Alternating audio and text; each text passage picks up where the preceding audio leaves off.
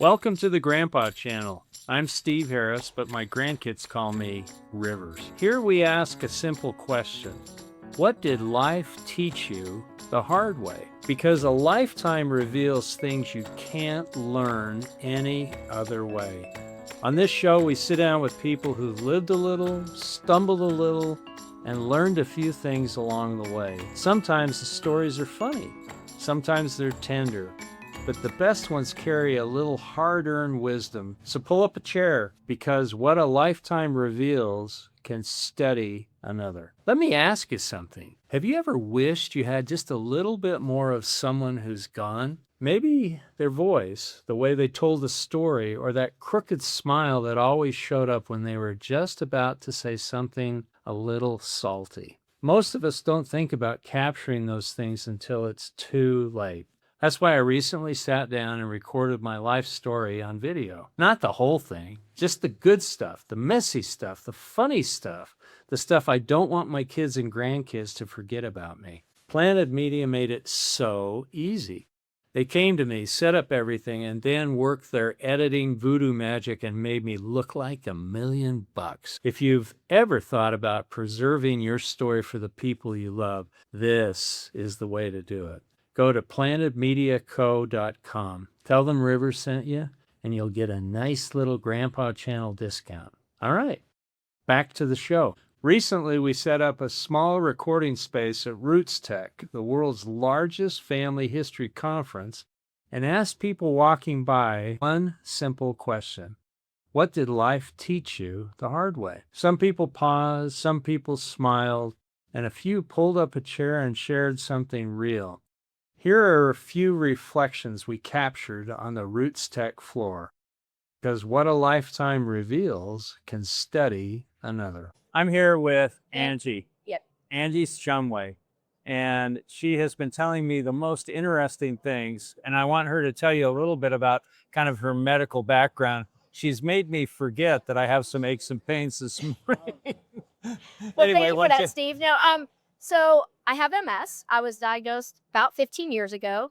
And in that course of time, I've lost the ability to walk 5 times. I've gone blind twice. Did you get hurt? I lost the ability to really, I was a vice president of digital marketing. So I did, had a big job, 3 kids, all have made it to adulthood. Good. Which, that's a thing as a mom. And so it just difficult things. You just do what you got to do. Just finished a course of steroids because my right eye is kind of fuzzy, which is phenomenal today. Here's the thing. So when I was in the hospital, they were like, oh my gosh, you're 12 to 14 hours away from complete organ failure. Whoa. Right? That's pretty serious. Isn't it? I mean, it's just a little thing. Like, no big deal, right? Yeah. No big deal. Yeah. But one of the things was we were sitting there and I couldn't walk. I was having all sorts of things going wrong. Like, I couldn't feel from the waist down. I couldn't see. I just sent my daughter on her foreign exchange to Germany. Yeah. She's so mad at me to this day about that because I sent her to Germany and I didn't know how sick I was because they didn't really tell me. They were just like, oh, no, it's just you'll be fine. Yeah. But when I was laying there and feeling really, really sorry for myself, as one does as you're laying there almost dying, I was like, they're like, Angie, can you just try to wiggle your toes? Sure. Can you just, because to walk, you have to wiggle your toes. You have to move your ankle. You have to move your knee, right? Move your hip. You have to, these are steps to start walking again. And it came crashing down on me like a metric ton elephant that it came back to when I was in the military. And one of the things was, is I was in the 90s, I was one of, I became Special Forces qualified so I could go out and do stuff and things. And like one of the things we had to do was this ruck march. And I just remember it was like it was the hardest thing I thought I'd ever do. It was 26 miles, 85% of my body weight. So just whatever that looks like to you, 85% on your back, let's go. Right? Nap, have fun. And I called my brother, and he was in Iraq at the time, and he was just like, Ange, why are you complaining? And I was like, what do you mean? It's 26 miles. And he's like, and? What do you mean, and? He's like, okay, hear me out. Take the rock, drag it to your tree, squat down, put it on your back, use the tree to pull yourself up, lean forward, get your center of gravity. I was like, okay, yeah, I know how to do that. Go on. He's like, you have a map, you have an endpoint, so take a step. And I was like, okay, take a step. All right, I can do that. He's like, and then take another step. Okay, I hear you. He's like, because if you stop walking, that all that weight is going to pull you over, and you're going to be laying there in the path like a turtle going like this. Right? You're gonna be right, and the only way you're gonna get over is if somebody comes by and flips you over and helps you up. But if you keep moving, even if it's a small step, like, half an inch, maybe that helps. But if you're on the wrong path, you cannot get on a different path unless you maybe take a step sideways. And sometimes in life, we have to take a step backwards to review what's going on. And so when I was laying there dying and thinking, oh my gosh, I'm never going to walk again. I can't see what is going to happen. And they're like, hey, can you just take a step? Yeah, it's like, boom, right? Like, oh my gosh, just take a step.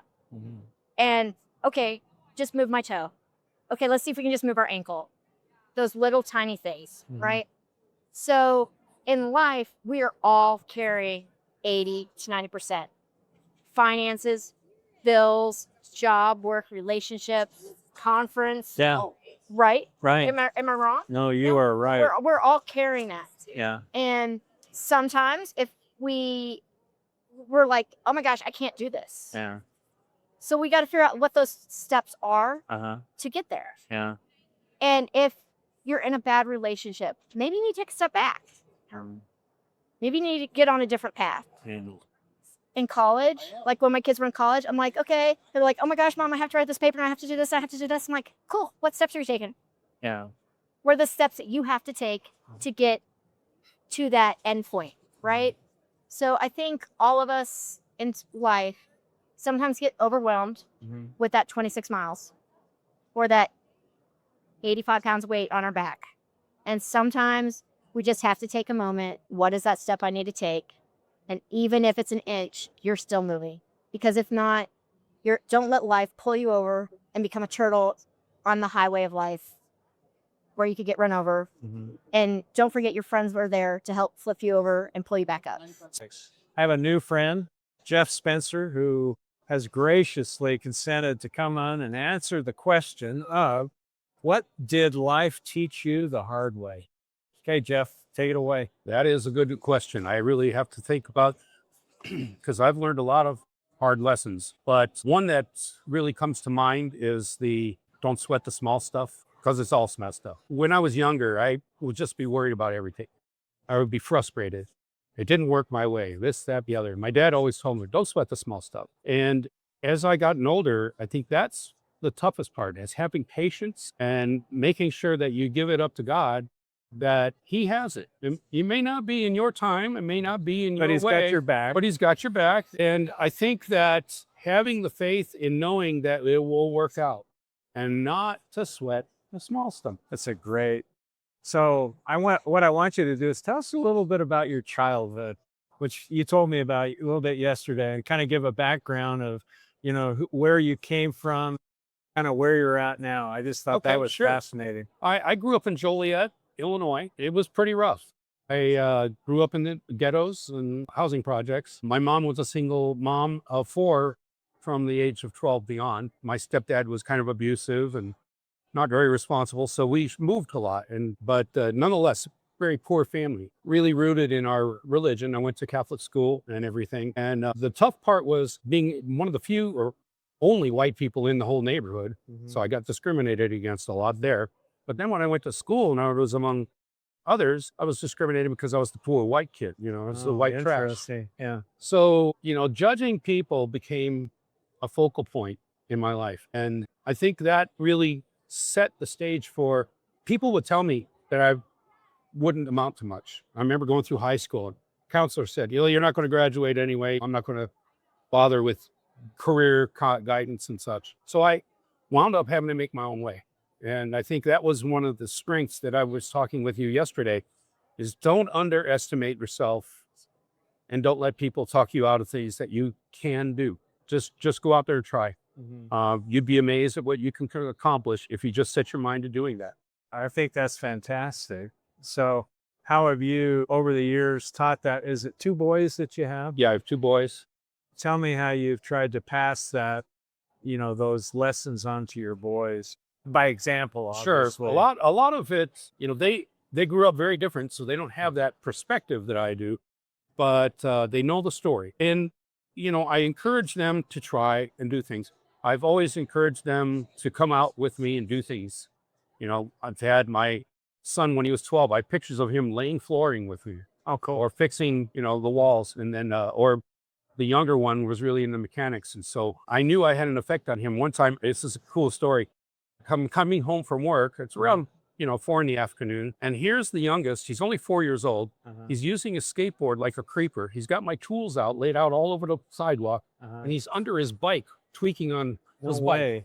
So, Did you laugh? I did. It was so cute. Yeah. And it was like, okay, they're emulating me. Yeah. You have to really watch what you do because they watch. Yeah. And so they've grown up to be really good boys. I think the thing that hits me the most, I always wanted them to do what they wanted, but I wanted them to be good people. A story that hits me the most was my son was 15, the youngest one, and he's tall, so he's a little imposing. I went during lunch for school, went to the subway, and there's a homeless man out there asking for money. And my son offered to buy him a lunch. And so he went in, he bought 2 meals, came out.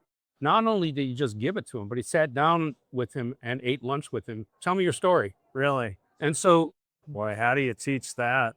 exactly. Yeah. That is, I think, the key. Has he carried through with that? He Does he has. still have concern for people? Very much so. Both Oh, boys are very, wonderful. very considerate, compassionate people, and that's all I could wish for. That's all you can wish for. Yeah.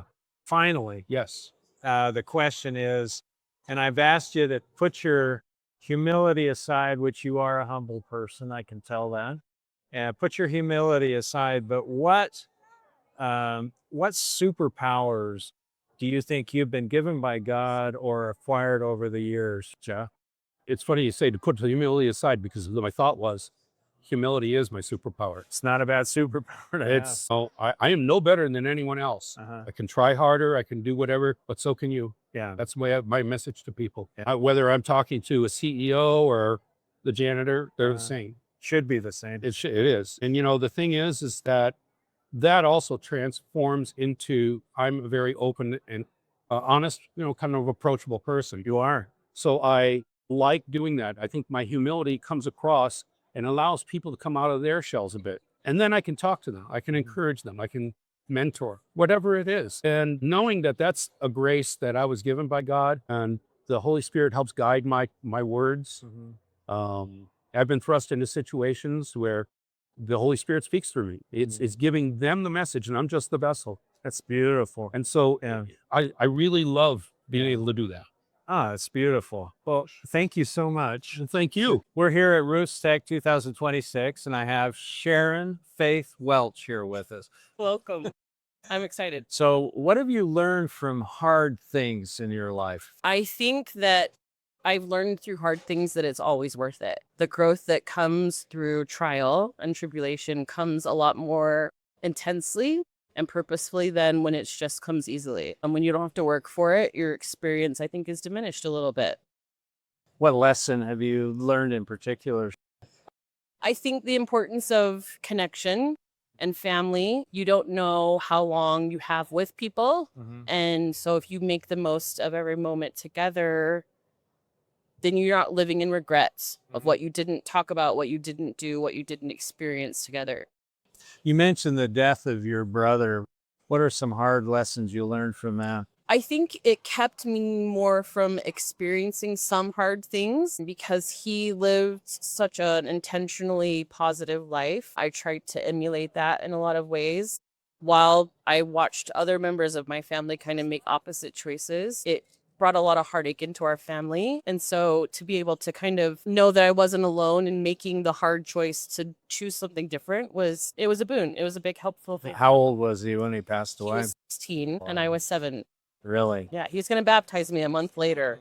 So that was kind of a hard moment, but at the same time, it brought our family so much closer in a really intense way, in which we kind of from that moment forward just lived with no regret. That's great. That's it for today's reflections from RootsTech. 3 people, 3 different lives, 3 lessons learned the hard way. If something you heard today made you pause, pass it along to someone who might need it. And if life has taught you something the hard way, we'd love to hear your story too. You can record a reflection from anywhere on our website. Until next time, keep the perspective honest and the stories coming. I'm Rivers. I'm out of here. That's it for today's episode of the Grandpa Channel. If something you heard made you laugh, pause, or see life a little differently, pass it along. We're gathering the lessons people learned the hard way, the stories, the second thoughts, and the wisdom that only comes with time. And we'd love to hear yours. What did life teach you the hard way? Until next time, keep the perspective honest and the stories coming. I'm Rivers, and I'm out of here.